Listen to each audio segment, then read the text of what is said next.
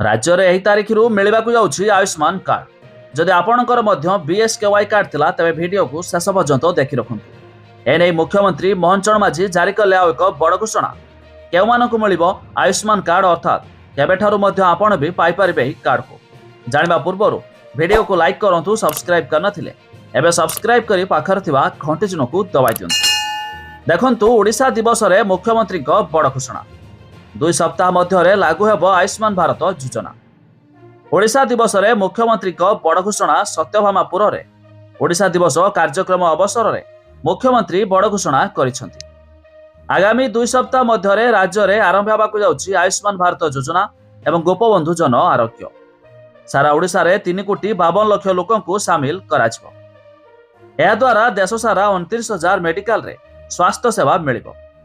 सूचना अनुसार आयुष्मान भारत प्रधानमंत्री जन आरोग्य योजना रे 67,80,000 रु अधिक परिवार एवं गोपबंधु जन आरोग्य योजना रे 35,84,000 रु अधिक परिवार उपकृत हेबे। तेबे योजनार हिताधिकारी मानकु गोटे स्वास्थ्य कार्ड जोगाई दियाजिबो। तेबे आयुष्मान वयवंदना योजना रे 70 वर्ष बयस रु अधिक बयसर प्राय 23,13,000 हिताधिकारी माने अलग भाव एक स्वतंत्र कार्ड पाइबे। तेबे एही 2 योजनार हिताधिकारी माने देशर 29,000 रु अधिक सरकारी डाक्तरखाना और पंजीकृत बेसरकारी डाक्तरखाना रे चिकित्सा सुविधा पाई पारिबे बोली राज्य स्वास्थ्य विभाग पक्षरु कहा जायछि।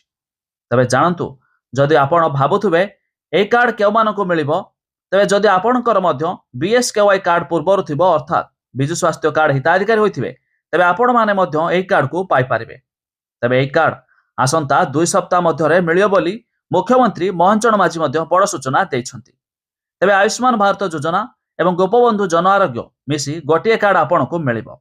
एहा छडा जेमानकर बयस 70 वर्ष ऊर्ध्व सेमानकु आउ एक कार्ड मध्य मिलिबो।